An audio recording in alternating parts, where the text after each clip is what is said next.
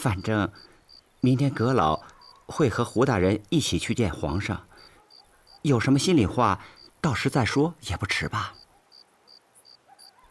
多承美意。如果方便的话，请你转告阁老。有些话，明天再说，恐怕就晚了。其政问问，其民纯纯；其政察察，其民缺缺。祸兮福所依，福兮祸所伏，孰知其极？其无正邪，正复为奇，善复为妖。人之迷也，其日固久。停！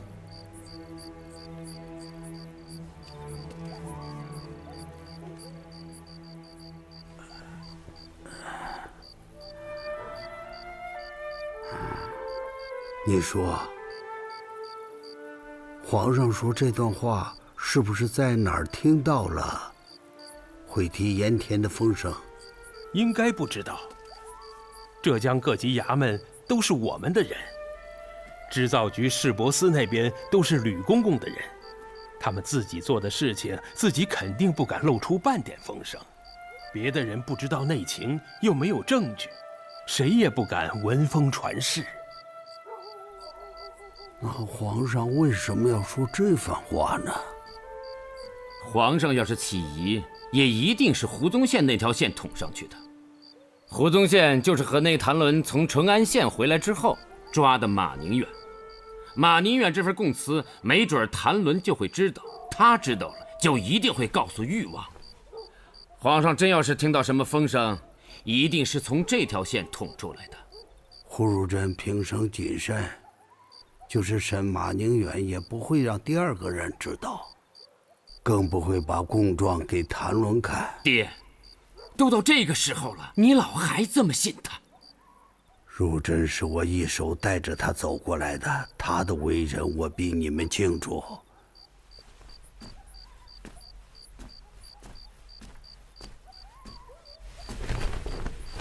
再说，皇上真是从誉王那儿知道了这事，那个徐阶高公张居正不会不知道，更不会没动作。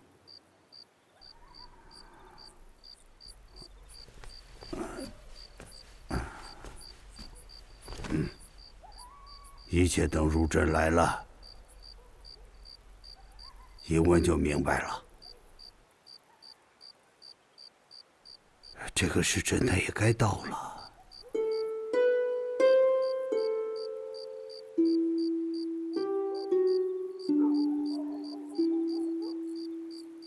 去看看，问问门房，他一到立刻领他来见我。我刚问的门房没来。爹，这事情都昭然若揭了，你老就不要心存旧念了，好不好？胡宗宪他不会来了。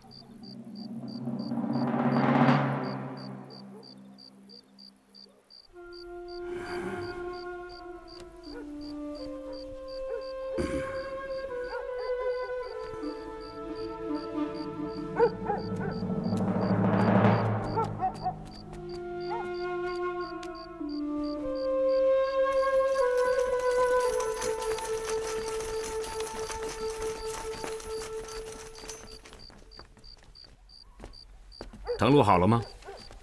啊，都誊录好了。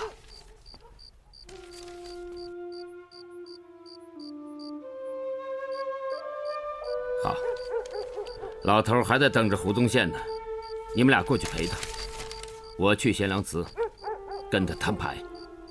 是。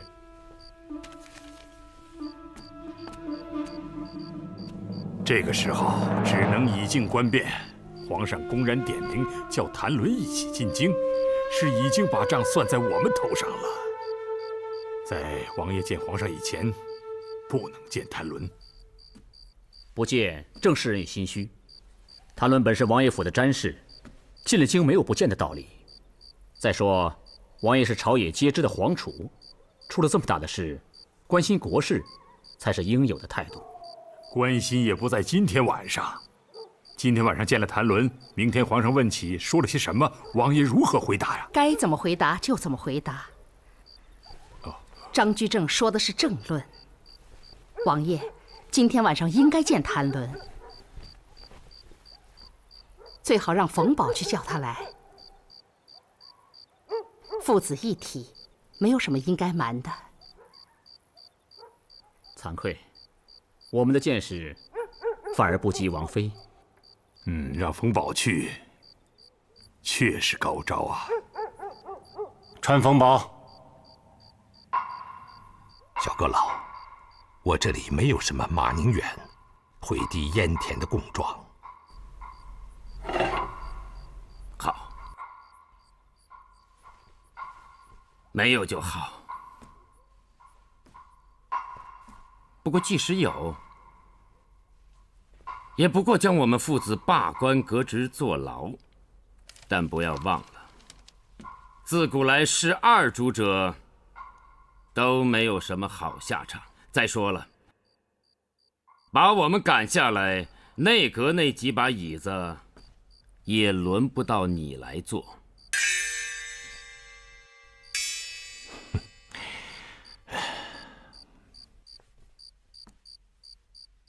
看样子，你是执意要将那份供状交给誉王，作为改换门庭的见面礼了。你可以用这个心思夺天下人，但不可以用这个心思夺胡宗宪。还有，阁老81岁了，你可以不念及天下苍生，但不应该不念自己的白发老父。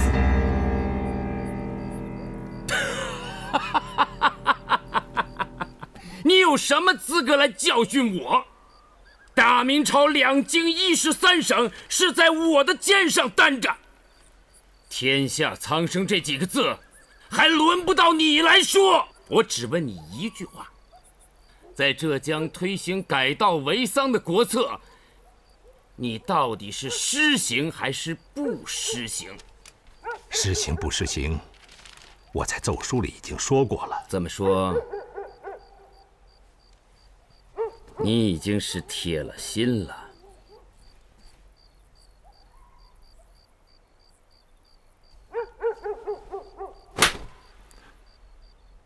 这一仗是替我父亲打的，该打。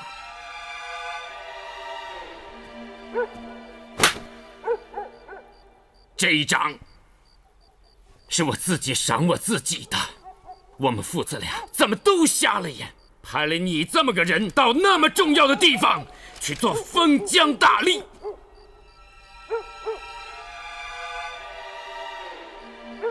这个封疆大吏，我早就不想做了。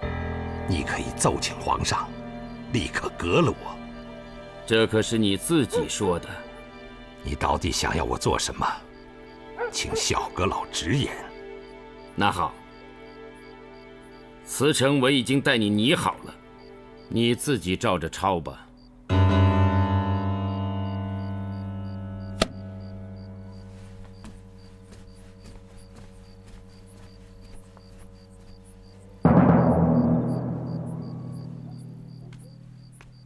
禀主子，奴婢已经把谭伦谭大人请来了。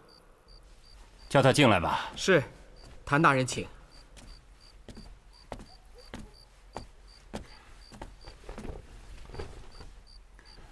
臣谭伦叩见王爷。起来吧。谢王爷。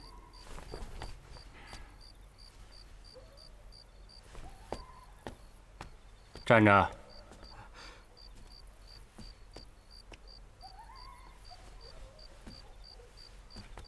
主子，今天晚上我放你的假，你回宫一趟吧。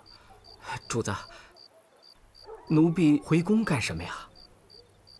去告诉吕公公，就说今晚我召见了谭伦。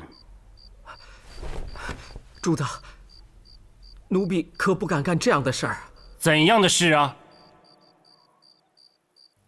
天家无私事，我是皇上的亲生儿子，我的事都是大明的事。叫你去你就去，听到没有？奴婢遵旨。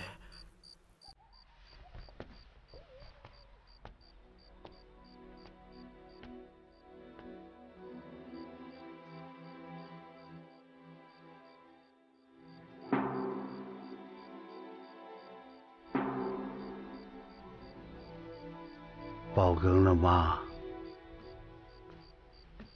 是，初更了，老爷。胡宗宪不会来了。老卿，你那天说人心是什么来着？人心似水。水是往低处走的，人心总是高了还想高啊。明天卯时就要进宫，您老还是歇会儿吧。不睡了，就在这里坐更待朝吧。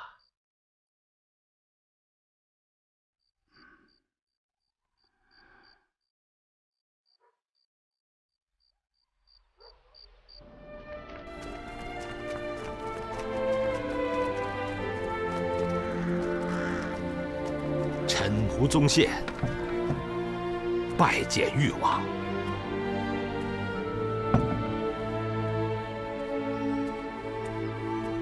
你辛苦了。属下胡宗宪叩见阁老。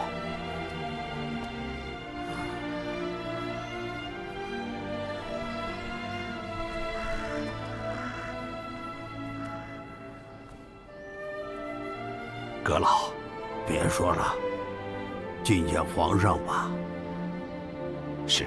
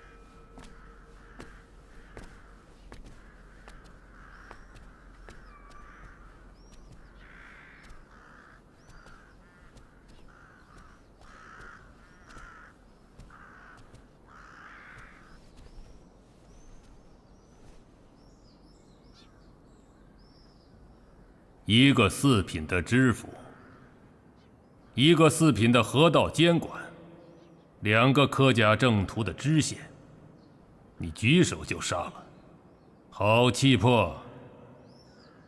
回皇上，以大明律法检主修河道的官员，河堤失修酿成灾害，等同丢城弃地。臣身为浙直总督，挂兵部尚书衔，奉王命齐牌，可就地正法。可不可以先奏请朝廷，然后依律正法？回皇上，当然也可以。这就有文章了。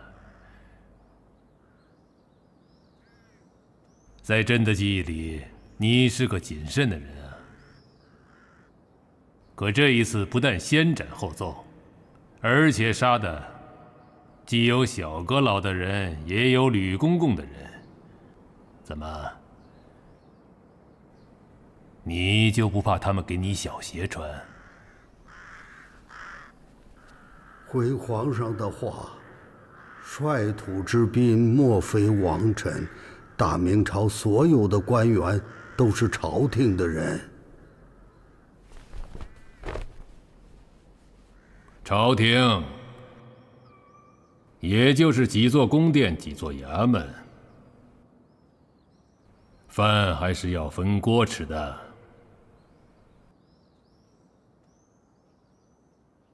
翼王，儿臣在。年初你跟朕说，你府里那个做詹事的谭伦是个人才，想把他放到浙江去历练历练，历练的如何？回父皇的话，谭伦开始去是在胡宗宪总督署做参军，现在在戚继光的营里帮着谋划军事，时日不久，谈不上什么建树。有建树也不一定非要在阵前斩将夺旗，敢为天下先还不是有建树？吾有三德：也慈，也俭，也不敢为天下先。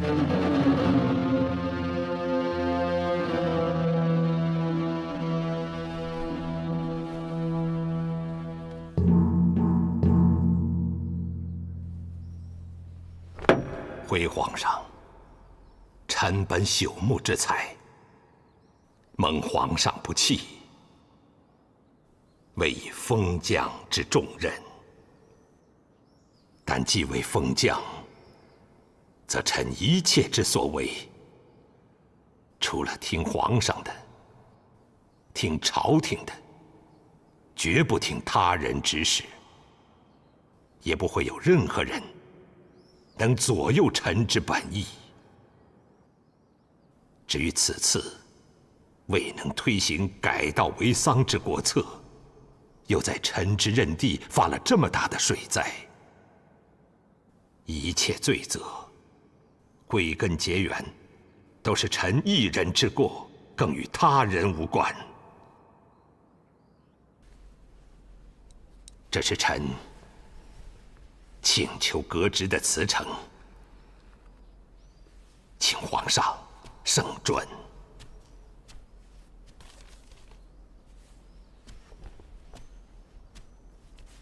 主子，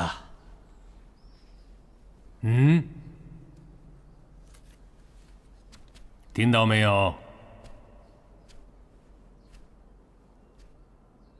胡宗宪在为谭伦开脱呢。你进来吧。是。真像你说的那样，何敌世修等同丢城弃地，且扰乱了朝廷改道为桑的国策。如果要治你的罪，革职就完了。雷霆雨露，莫非天恩，请皇上圣裁。我再问你，新安江河堤是去年刚刚修好的，花了朝廷250万两银子，一场大水便堤塌成灾。事先你就没有一点觉察吗？臣也曾巡视过河堤，但未发现隐患，是臣失察之罪。只是失察吗？是不是河堤失修？臣这里有新安江河道总管马宁远和协办官员常伯熙、张之良3人之供状，请皇上圣察。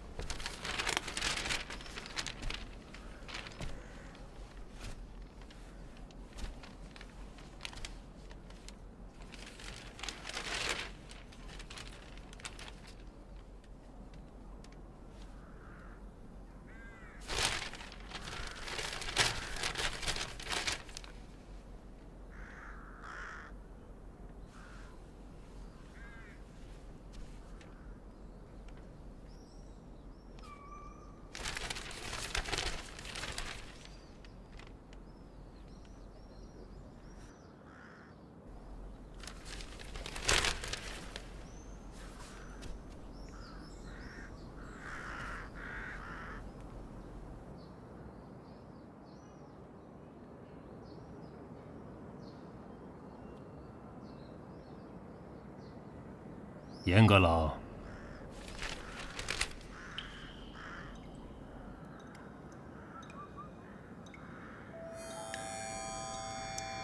李发，奴婢在。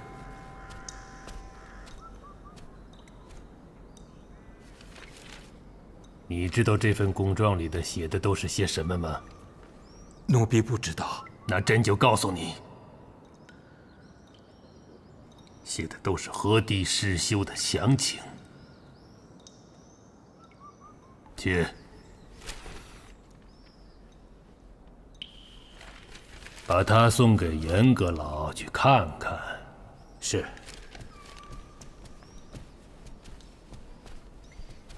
阁老，阁老，供状皇上已经预览了，写的都是河堤失修的详情，皇上让你也看看。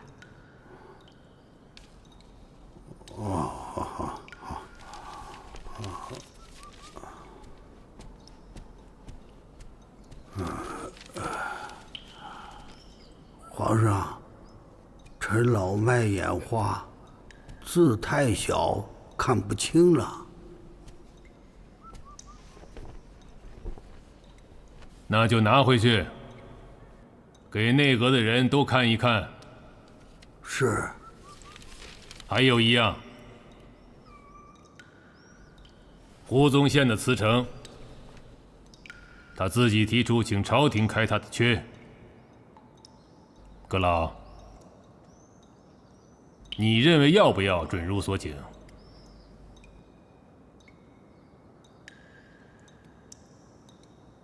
做出之恩，皆出自上，非臣等可以智慧。你这话言不由衷。胡宗宪任兵部尚书，后来放浙直总督兼浙江的巡抚，都是你向朕举荐的吗？什么时候用人罢人都是朕一个人说了算了？当时阁老举荐臣，皇上重用臣，都是希望臣能在浙江上不孤恩，下能安民。现在臣在浙江左支右绌，是与封疆不相符，请皇上革去臣职。你这是想撂挑子了？臣不敢。敢不敢，朕也不会让你撂挑子。你这个人啊，有2点朕还是知道的。一呢，能够识大体、顾大局；二是肯实心用事。浙江和南直隶都是朝廷的赋税重地，就冲着有那么多的倭寇在那儿，现在没有你，也无人能够镇得住。严阁老，臣在。你说呢？圣命无过于皇上。眼下这职确实还少不了胡宗宪，可他肩上的担子又确实太重了些。既然皇上问到了臣，臣以为让胡宗宪辞去浙江巡抚的兼职，只任浙直总督一职，这样他既能够把握大局，又能够多出心思用在脚窝上。今年海上的商路必须要打通，制造局50万匹丝绸的生意一定要做成，这些事情责成胡宗宪尽力去办。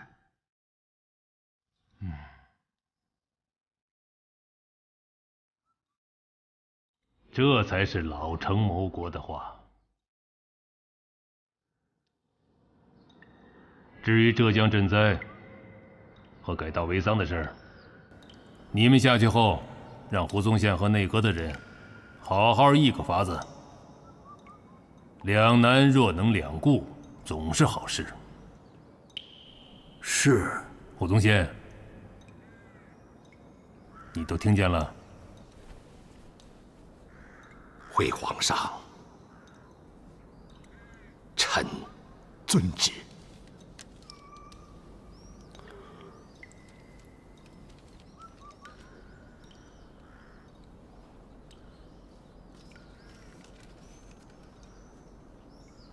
朕知道你们难。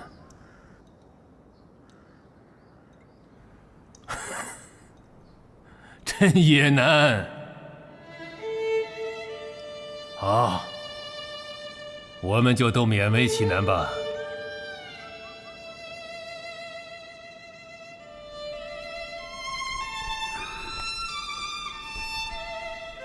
尽兴王室是臣等之职。那个谭伦，该历练还让他在浙江历练，击鼓卖糖，各干各行。你们该干嘛干嘛去。吾皇万岁万岁万万岁！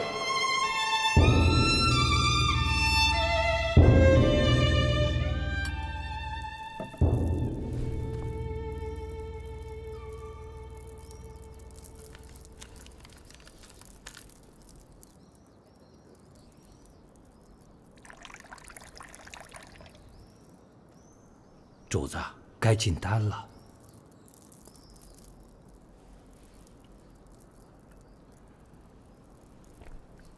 这个胡宗宪，他到底是哪路神仙？居然把我们都绕进去了。没有人能把皇上绕进去。胡宗宪是被夹住了，他左右为难。是啊。真是苦了他了。苦日子还在后头呢。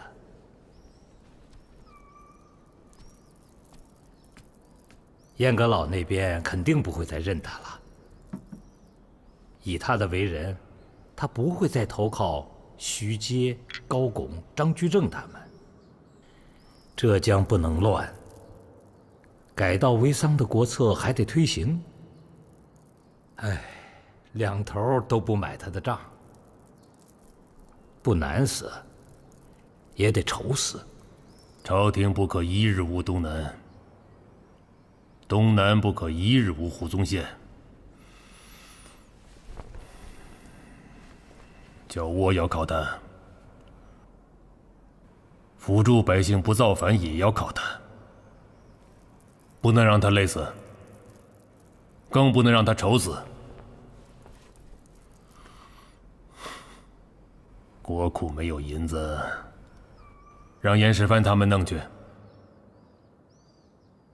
1两银子12钱归国库，4钱归他们，朕认了。10钱归国库，6钱归他们，朕也认了。要是他们还想再坐牢，连个胡宗宪都不能容。逼犯了东南，朕也就不能再容他们。是。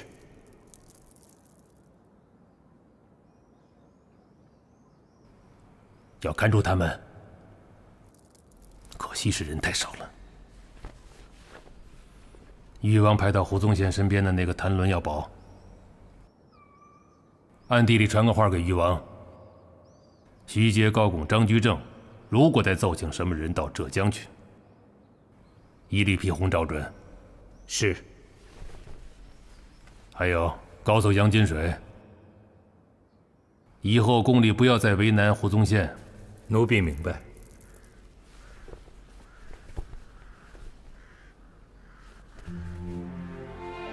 乖，我们去找父王啊！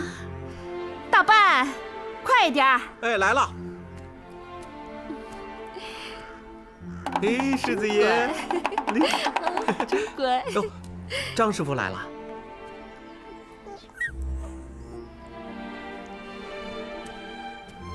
抱着吧。是。世子爷。走吧。哎，来，世子爷。王爷，内阁的会议完了。王爷，一切在御前就已成定局，这个会，议与不议，结果都是一样。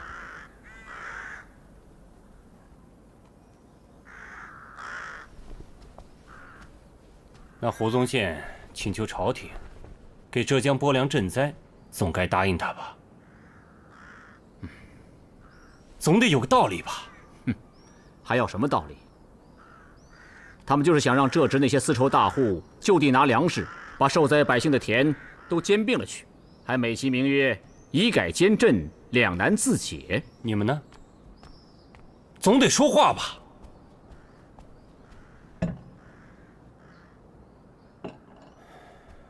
徐阁老和高拱呢？胡宗宪不死心，跟着徐阁老和高拱又去了户部。他还是想户部给浙江调些粮去。户部能不能给他调些粮？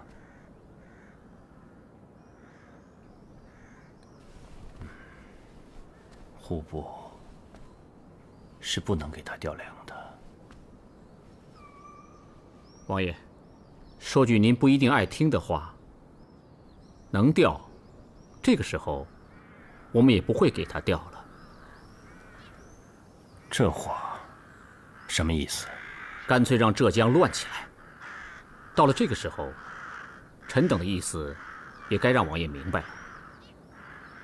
严党把持朝政20多年，其实早已是土崩鱼烂，之所以能够维持，完全是逢迎圣意。宫中需求无厌，他们又层层摊拨，所以才落下这么大的亏空。王爷本该知道，这一次他们想在浙江改道为桑，其实是为了补亏空才想出的法子。但这么大的事，连胡宗宪都知道，1年之内绝不可实行。可他们等不得，底下的人又认准了这是一个发财的好机会，所以才干出了毁堤淹田这般伤天害理的事情。反正是剜的老百姓的肉，其实也是剜我大明朝的肉来补他们的疮。这么明白的事，朝廷上下竟然视若无睹。好不容易出了个胡宗宪，苦心孤诣的出来说话，这也是为了他们好。可他们却视若仇仇，连一个胡宗宪都容不下，可见他们的气数要尽了。王爷，长痛不如短痛，这次干脆就让浙江乱了，就当我大明朝身上烂了一块肉。这块肉一烂，严党这个脓疮就到了该挤的时候了。徐阁老和高拱都是这么看吗？这是臣等一致的看法。子立啊，你怎么想？是大谋略，只是苦了浙江的百姓。王妃，郑义士呢？你又抱着世子出来干什么？不干什么，就让你抱抱世子。到底要干什么？就想问问王爷，你现在有几个儿子？有什么话，你就直说吧。臣妾要王爷答我这句话。明知故问，谁不知道？我就这一个儿子。那臣妾斗胆要说了，王爷这话又对又不对。你们刚才说的话，我在里面都听到了。大势所然，有些事情本不是一时就能办好的，但是有一条，永远都不能忘了。我大明的江山社稷，王爷是皇储，接下来王爷手里抱的世子是皇储。念在这一条，你们也得往远处想，要给王爷和世子留一个得民心的天下。我刚才说王爷说的对，指的就是这个；冒昧说王爷说的不对，指的也是这个。王爷是皇储，也就是将来的皇帝。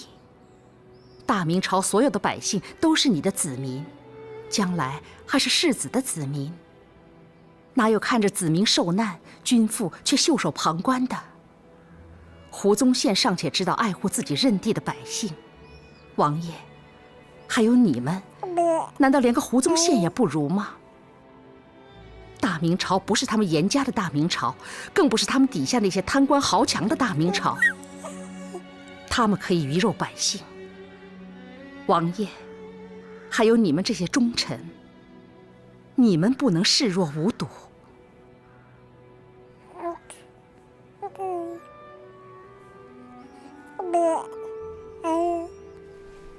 天地有正气，王妃的政论让臣等惭愧。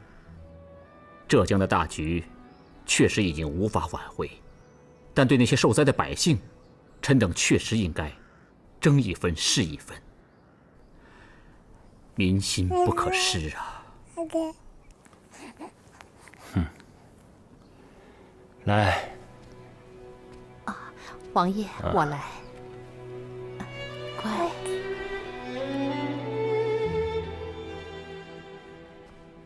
自立，你在浙江有些日子了，你想想，怎么样才能帮着胡宗宪，让那些受灾的百姓少点苦难？我能帮的也就一条，尽力让官府和那些丝绸大户不要借着灾情把百姓们的土地都贱买了去。但这就必须要有粮食让他们度过灾年。臣在来京的时候曾和胡宗宪商议过，万一朝廷调不出粮食，臣就陪他到江苏去找赵贞吉借粮。这个法子可行。赵贞吉是江苏巡抚，跟胡宗宪有深交，找他借些粮，应该能借到。可就算能借些粮，也不一定能阻止那些人兼并土地。现在胡宗宪不再兼任浙江巡抚了，民事归郑必昌管。要是新任的杭州知府和淳安建德的知县仍是他们的人，恐怕有粮也到不了老百姓手里。新任杭州知府是谁？他们早定了，是严世蕃的门生，翰林院的编修高翰文。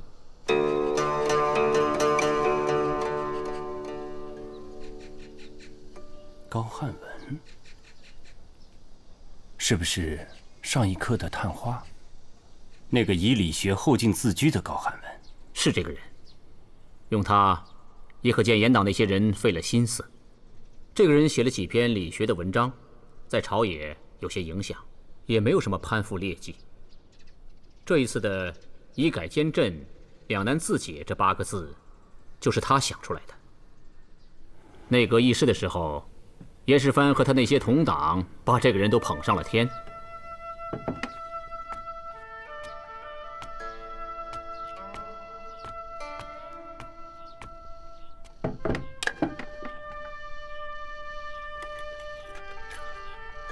这支笔杆是程祖爷派郑和下西洋带回的犀角做的，这之后便没有这么大的犀角。笔套很平常，蓝田玉雕的，取个口彩而已。难得的是，这笔毫是嘉靖30年云南的土司套了一只通体红色的黄鼠狼的鼠尾做的，哈哈哈！很多人看了都说这是1000年也难遇到的一只啊。高大人，这支笔送给你，可不是让你写字的。师弟书香人家，传个代吧。啊，这还有，这墨是宋朝的，米南宫的款，还有这砚，也是宋朝的，黄庭坚的款。这纸可是李清照燕子笺呢。好，拿回去自己慢慢看吧。哎，搁进来。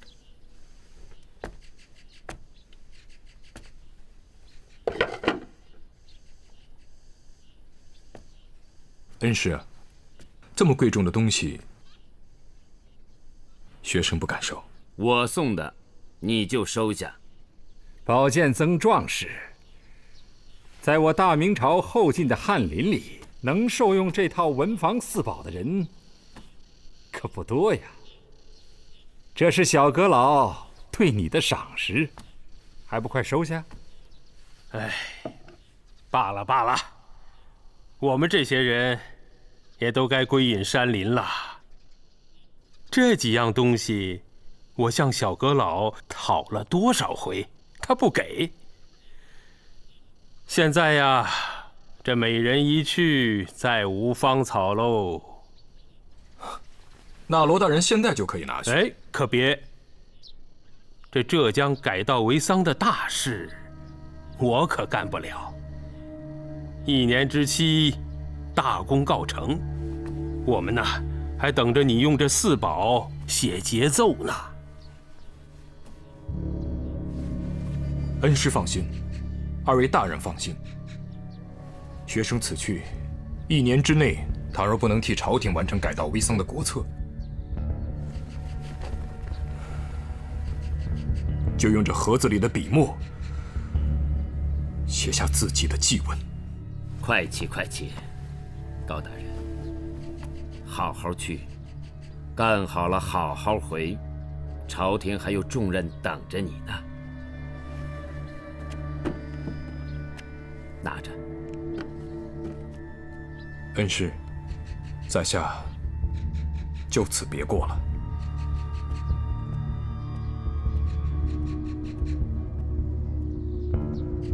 他真能行？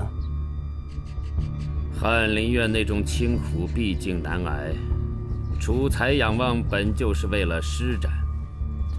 他们这种人，火里水里，若是真能挣出来，便不枉此生。再说，这次让他去推行改稻为桑的国策，倘若引起民变，这面对朝野也算有个遮挡。郑必昌的巡抚，这个人的杭州知府，哼，浙江这一回不乱也得乱了。淳安和建德知县呢？啊，这2个缺倒是还没有异。他们的意思还是让郑必昌和高汉文自己去挑人就是。这2个县可不可以派2个好官去呀？巡抚可管淳安、建德的知府都是他们的人，征2个知县有用吗？有用。王爷，王妃的话有道理。不管怎么说，直接管百姓的还是知县，关口是这2个人，只是好官恐怕还不够。淳安全县被淹，建德半县被淹，从上到下那么多双眼睛全盯着建买这些被淹的田。要救百姓就要抗上，尤其是淳安这个知县，这个时候去就得有一条准备，把命舍在那里。哼，天下虽大，这样的人可难找啊。人选我这里倒有一个。在哪里？现在把他叫来。哪有这么现成的人就能叫来？那你又说，人虽见不着，我这里倒有他的一篇论抑制豪强、反对兼并的文章。王爷、王妃还有张大人，你们想不想知道他怎么说？哦，这篇文章在哪里啊？因为文章写得好，我通篇都记下了。想听，我现在就背给你们听。夫母诞一子，必哺育使之活；天生一人，必几时使之活。此天道之存焉，亦人道之存焉。岂有以1、2人夺100人、1000人、10000人之田地，使之饥寒，而天道不伦，人道不丧者？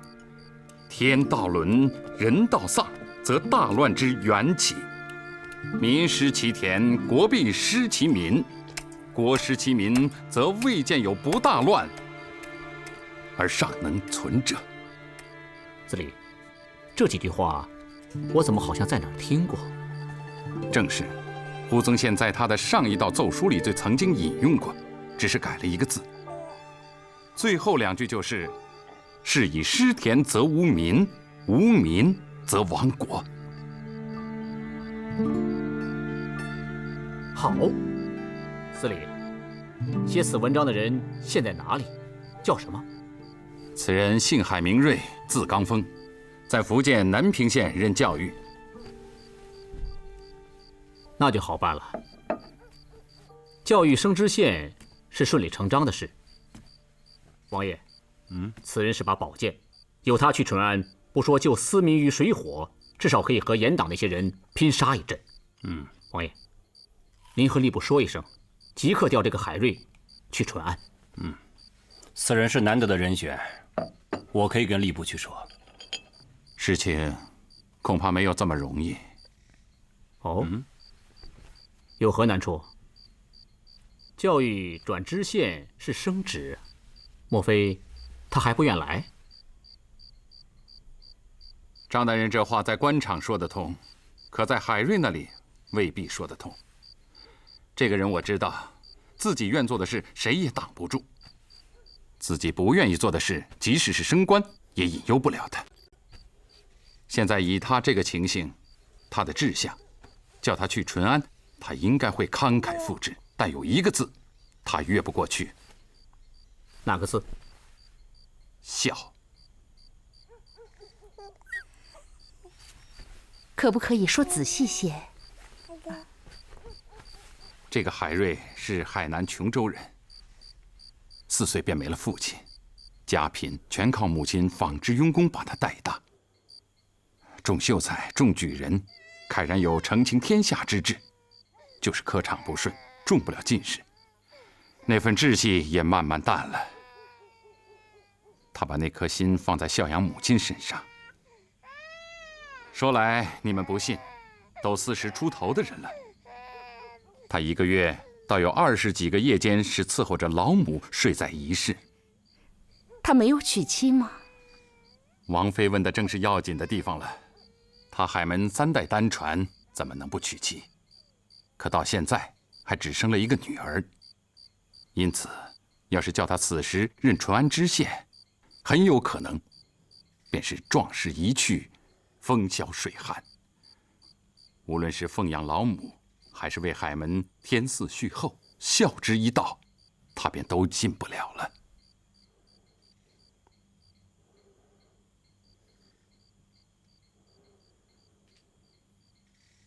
这样，写一封信，连同吏部的调令一起送去，叫他依孝作忠。信可以写，能不能说动他，我可没底。那好，以你的名义，我来写。我们也只能做到这一步了。带着他到江苏去，能借多少粮，就借多少粮吧。我明天就回浙江了，该说的我都说了，该做的我还会去做。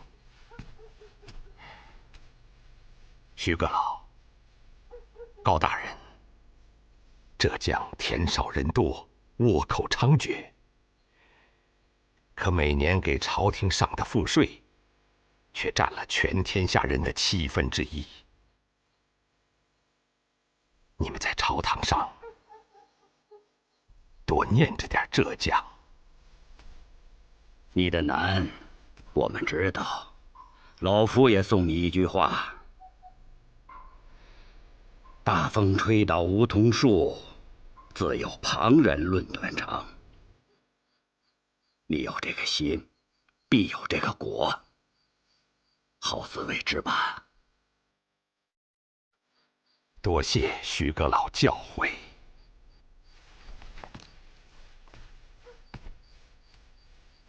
公素有承清天下之志，拯救万民之心。然公40尚未逝，暴毙项羽。天下果无使贺氏者乎？其苍天有意使大器成于今日乎？今淳安数十万生民于水火中，望公如大旱之望云霓，如孤儿之望父母。柴胡遍地，公之宝剑尚沉睡于鞘中，亦或宁断于猛兽之颈隅。公果殉国于这，则公之母是为天下人之母，公之女是为天下人之女。孰允？海门无后，公之香火，海门之姓字，必将绵延于庙堂，而千秋万代不息。好。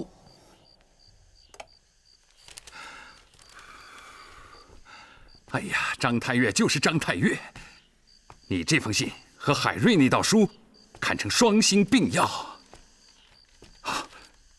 有了这封信，我料海公必出。就怕这把宝剑真断在淳安，我谭伦便也真要多一个母亲了。要真那样，就将他的母亲接到京里来，我们供养。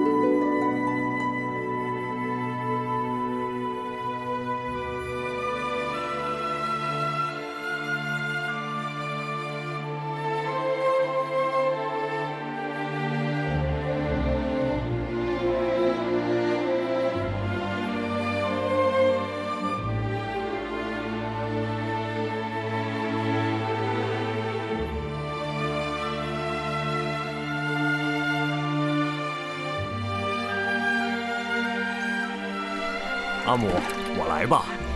松开！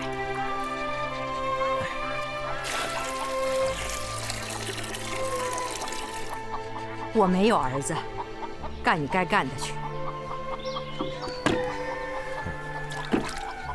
哎，阿母，阿母。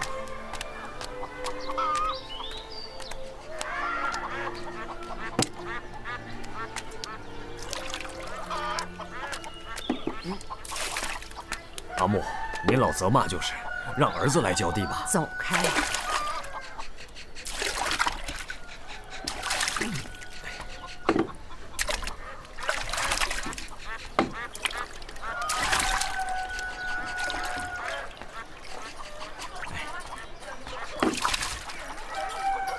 累了吧？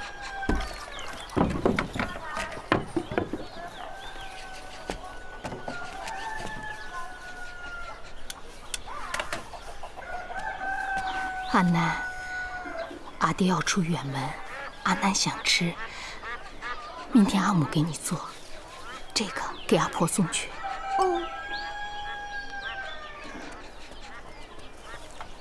阿婆，你老吃粑粑。什么粑粑？荷叶米粑。阿母蒸了一笼子，说阿爹要出远门，路上吃的。谁说阿爹出远门？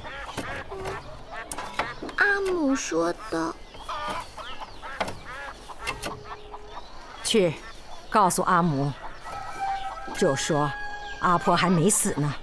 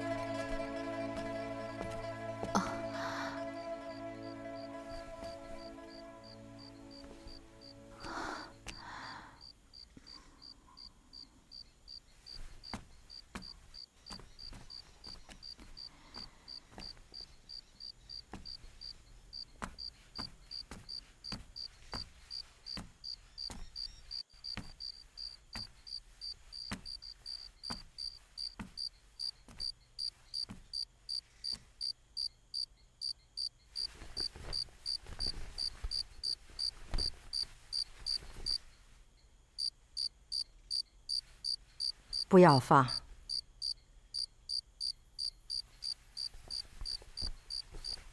我有话问你。是阿母。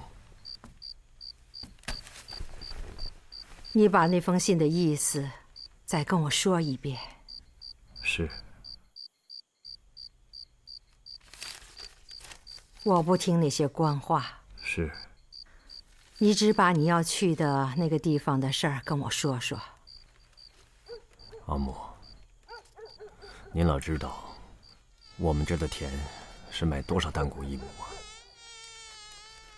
丰年50担，欠年40担。你问这个干什么？朝廷啊，调儿子去浙江的那个淳安县，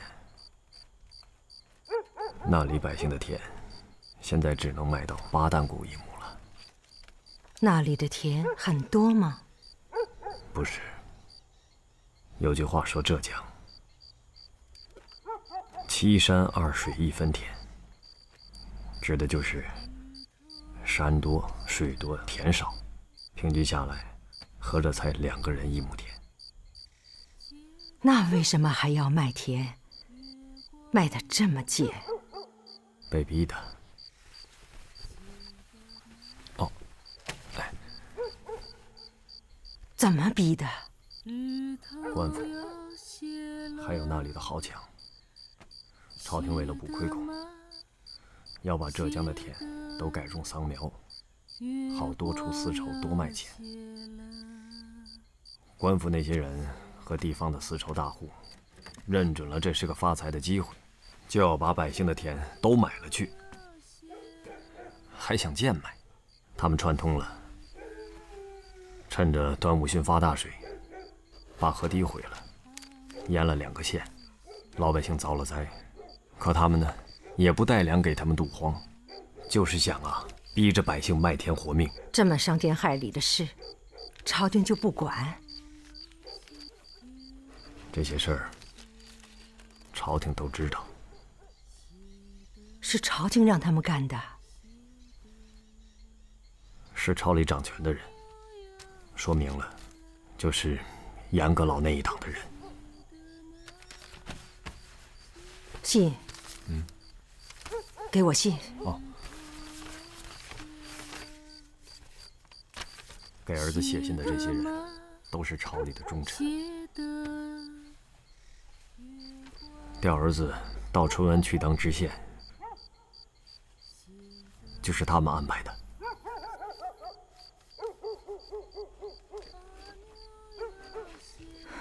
这么多大官不去争，要你一个小知县去争。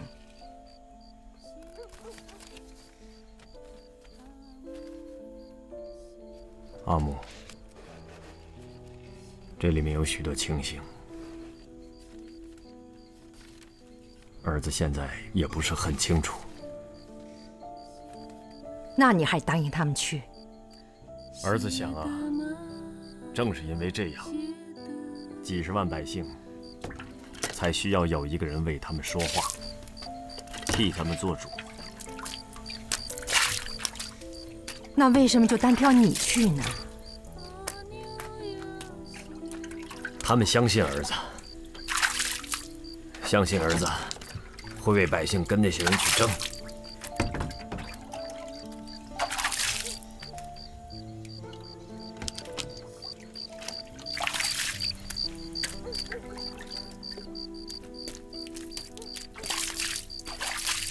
长这么大，你知道自己哪里最像阿母？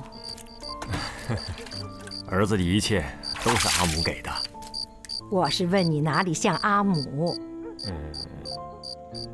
这儿。就是这双脚。你看，郎中说啊，冬月天都怕热的脚是火脚，火气大，脾气不好。这一点你真像我。我知道，阿母。我们海家的祖先信的就是明教，本身就是一团火，烧了自己，热的是别人。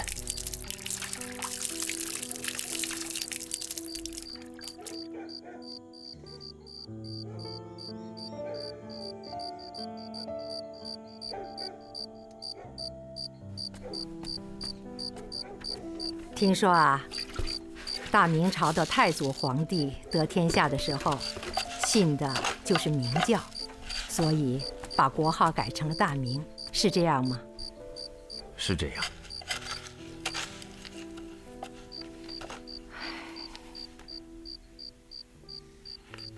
可当今的皇上，怎么就不像太祖了？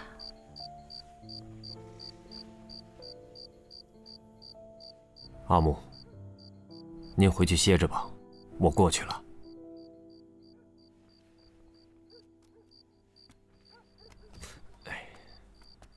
今天晚上把阿南抱来，我带阿南睡。唉，菩萨保佑，总该给我们海家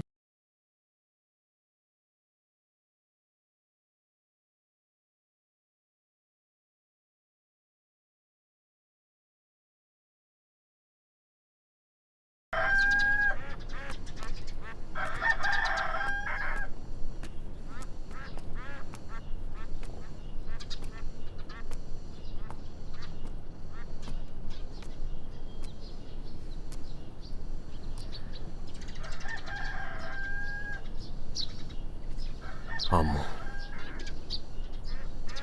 儿子要走了。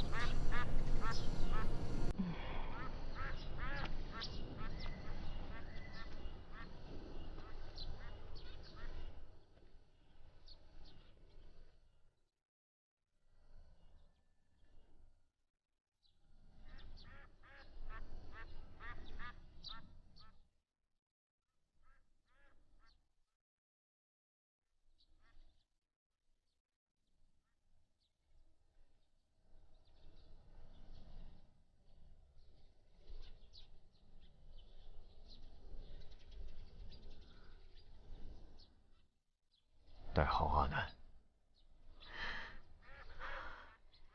孝顺婆婆。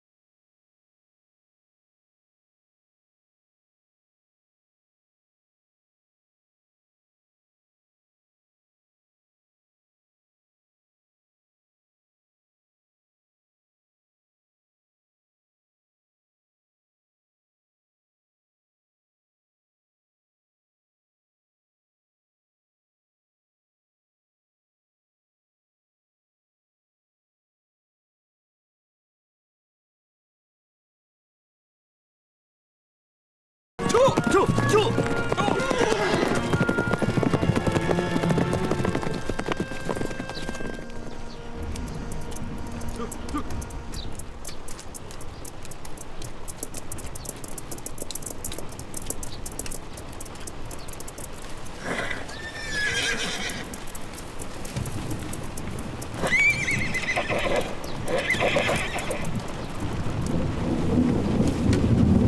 经理来的，你们谁接站呢？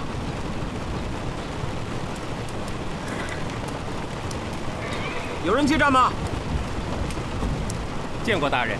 啊，我们是经理来的，到杭州赴任，怎么没人接站呢？大人们都见到了，连前波到的马我们都没料喂了，这不，最后一点料都给了他们了。啊？那总不能让我们的马就这样饿着赶路吧？啊？那贵驾就去同他们商量吧，看他们愿不愿意让一些料。这是谁的马队？小人哪敢问？看阵势，好像比二品还大些。是高府台高大人吗？我就是。顾堂大人在此恭候多时了。顾堂，高大人来了，请坐。请问，是胡部堂胡大人吗？别人就是。失礼，属下高汉文。请坐吧。我虽然还是浙之总督，但按规制，你归浙江巡抚直管。我们之间没有差事授牌。我今天见你，完全是为了浙江，为了朝廷。部堂大人有话请说。把我们的马料分给高福台的马队一部分。是。高福台，我想问问你，淳安和建德现在有多少灾民？到今天为止，浙江官仓里还有多少粮食？每人每天按4两发赈，还能发多少天呢？淳安有灾民27万，建德有灾民11万。发粮之前，官仓有余粮20万担，38万灾民，每人每天按4两赈灾，每天是7000担。现在20天过去了，官仓里还有余粮5万担，最多能发放10天左右。你还算是有心人。那10天以后你准备怎么办呢？部堂大人是在指责属下。谁？新任杭州知府高汉文。以改兼镇两难自解的方略是属下提出来的。10天过后，当然是由那些有钱有粮的人出粮买灾民的田。灾情解了，改到维桑的国策，再责成那些买田的大户去完成。于情于理于事，眼下我只能这样做。你准备让那些有钱有粮的人拿出多少粮来买百姓的田呢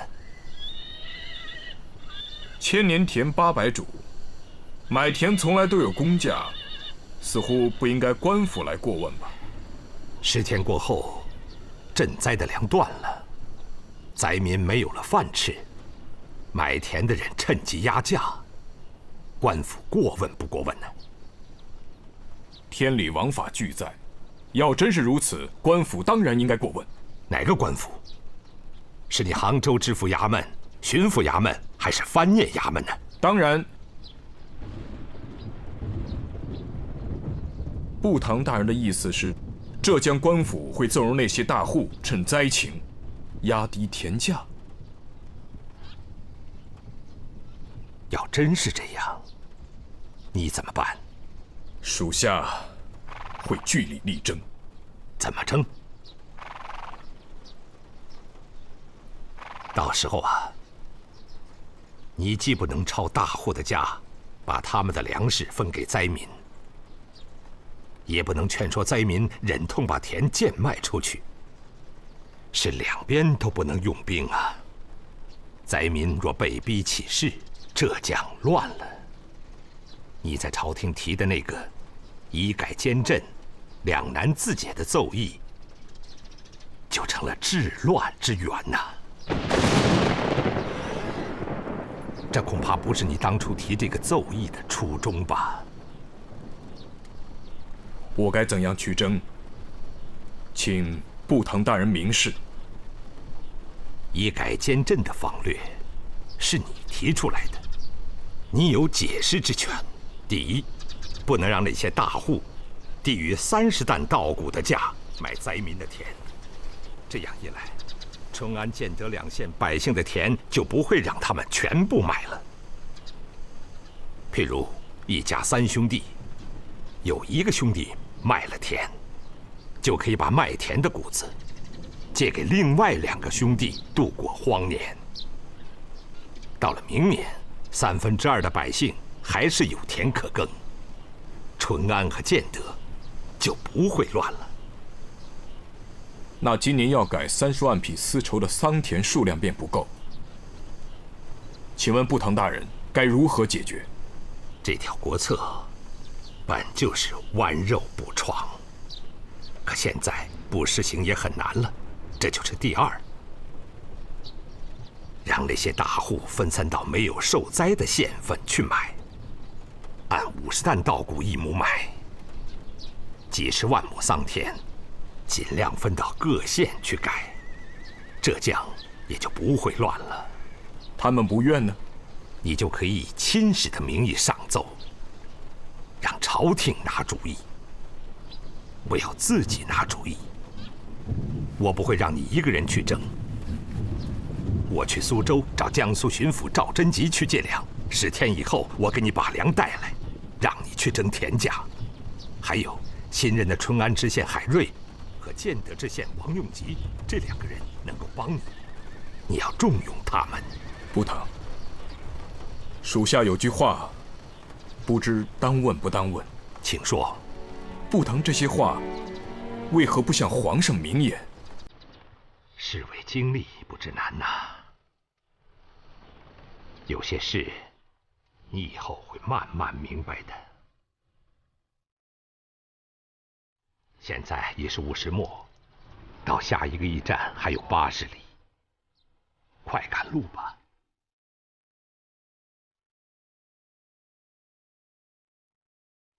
不堂大人保重。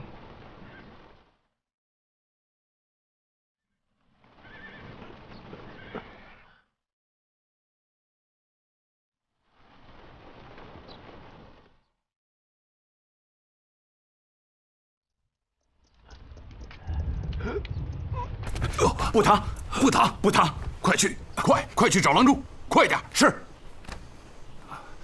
到苏州也就是3、4天的路程了，实在不行，你就先在这里歇养2天。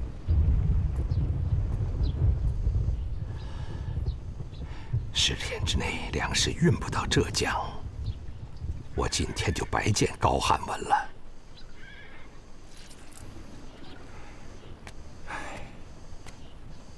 你真以为跟高汉文说的那些话管用吗？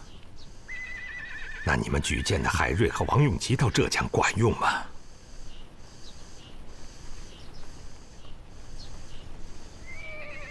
官场上无朋友啊。不堂，派海瑞和王用吉到2个县的事，我不是有意要瞒你。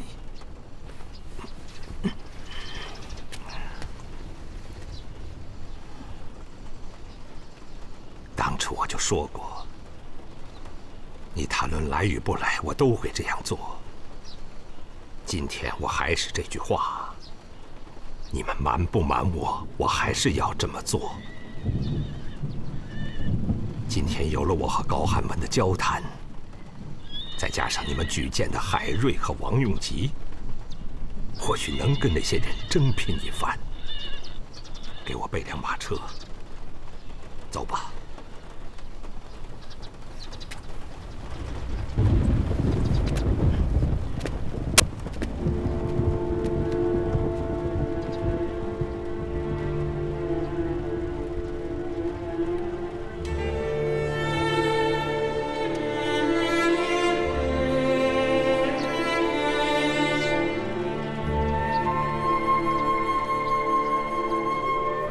明嘉靖40年，公元1561年，海瑞出任浙江淳安知县。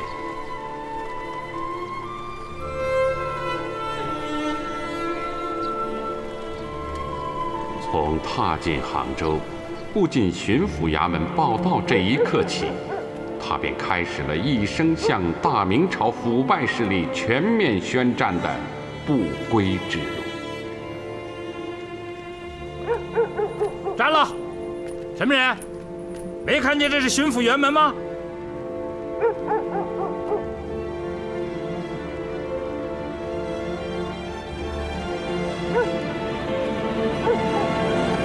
哪个衙门的？淳安知县。哎，你们谁知道淳安知县今晚到会吗？是，让他进来吧。进去吧。先在这儿坐着，什么时候上头叫你们进去，我会来通知你的。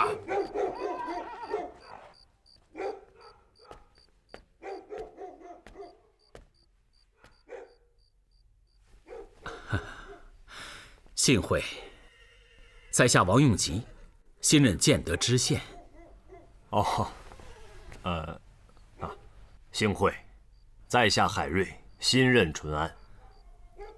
哦，久仰久仰，果然是刚峰兄，还比价？不敢，王兄台谱。见字润莲。谭伦、谭子礼是我的同科好友啊。润莲兄也是谭子礼举荐的吧？嗨，什么举荐呢？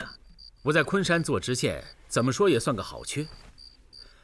谭子礼不放过我，把我弄到这儿来了。事先没征问过润莲兄。谭伦那张嘴啊，刚峰兄也是知道的。一番劝说，由不得你不来。润莲兄从昆山调任建德县，是建德县百姓之福啊。唉，淳安更难。刚峰兄在前面走，我尽力跟吧。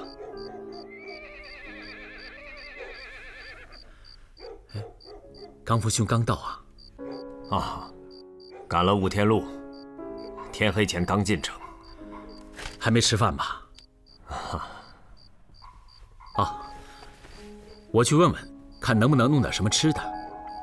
哎，不要找他们。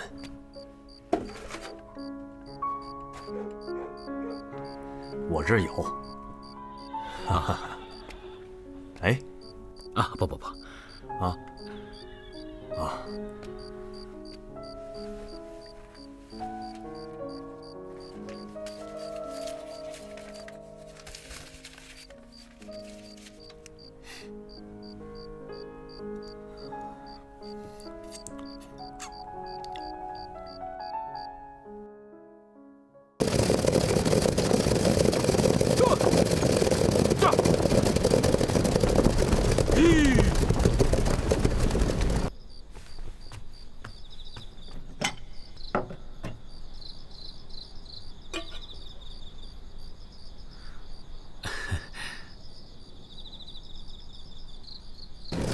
哪个县的？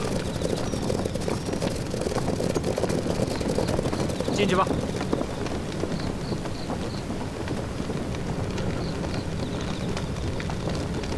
你看这能不能？我说了，个人有个人的差，要喝水，待会儿到了大堂议事的时候，茶都有得喝。请问哪个县的？县里来的都在这儿等吗？对，进去坐着等吧。淳安和建德2县到了吗？这2个不是嘛？劳驾，能不能打1壶茶？我说你们这些人，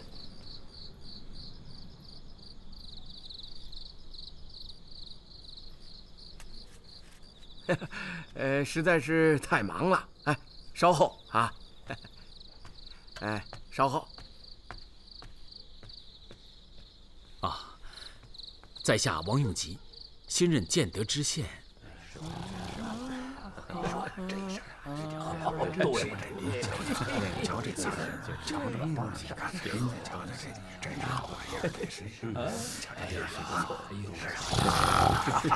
是啊。不知2位对朝廷乙改兼镇2难自解的方略怎么看？准备如何实行？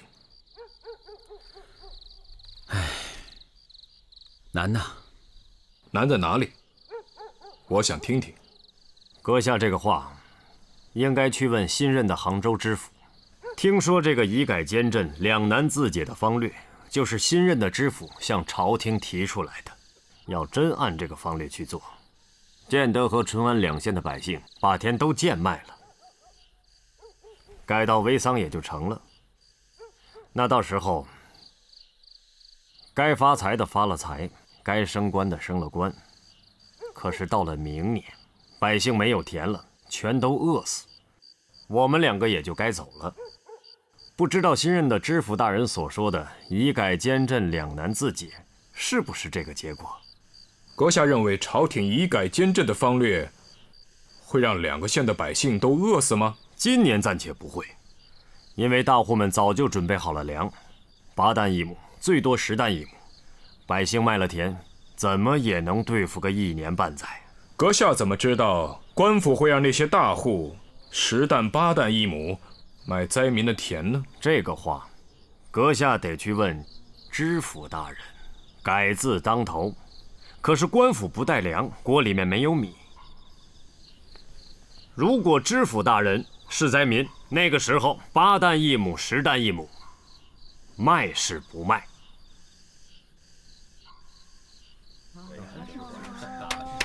哎，你们都有点官样好不好啊？这里可不是唱堂会玩古董的地方。听说淳安和建德有些刁民煽动百姓不肯卖田，各户还凑了些蚕丝和绢帛四处买粮。这些事情你们都知不知道？都安排人手盯着呢，好像有10几条船在漕河上等着买粮，正在谈价钱。明天等他们运粮的时候，河道衙门就把粮船扣住。粮食要管住。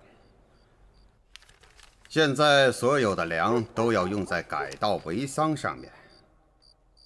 再有私自买粮卖粮，就以扰乱国策罪抓起来。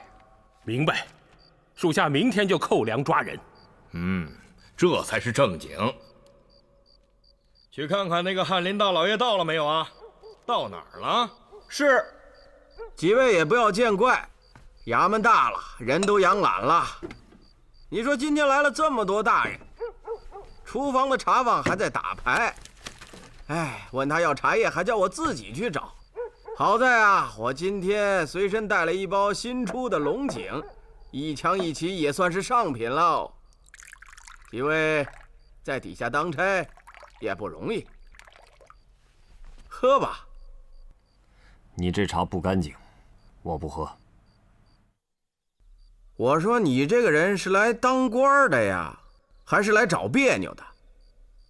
看清楚了，这儿可是巡抚衙门。喝巡抚衙门的茶还要行贿受贿吗？嘿，我说你，他不是找你的别扭，你出去吧。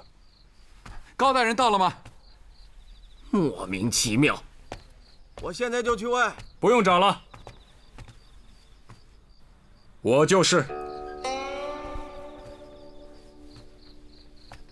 二位是否知道我是谁无关紧要，只是刚才海知县所说的朝廷以改监政的方略，是否会让2个县的百姓难以生计，是极为重要之事。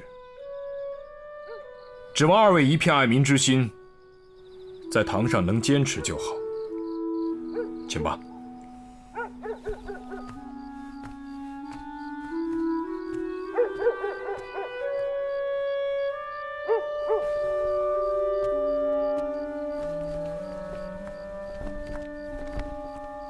刚父兄啊，事情得靠我们去做，但也别太着急呀。润莲兄，如果淳安和建德2县的百姓活不下去，你和我还能活着走出浙江吗？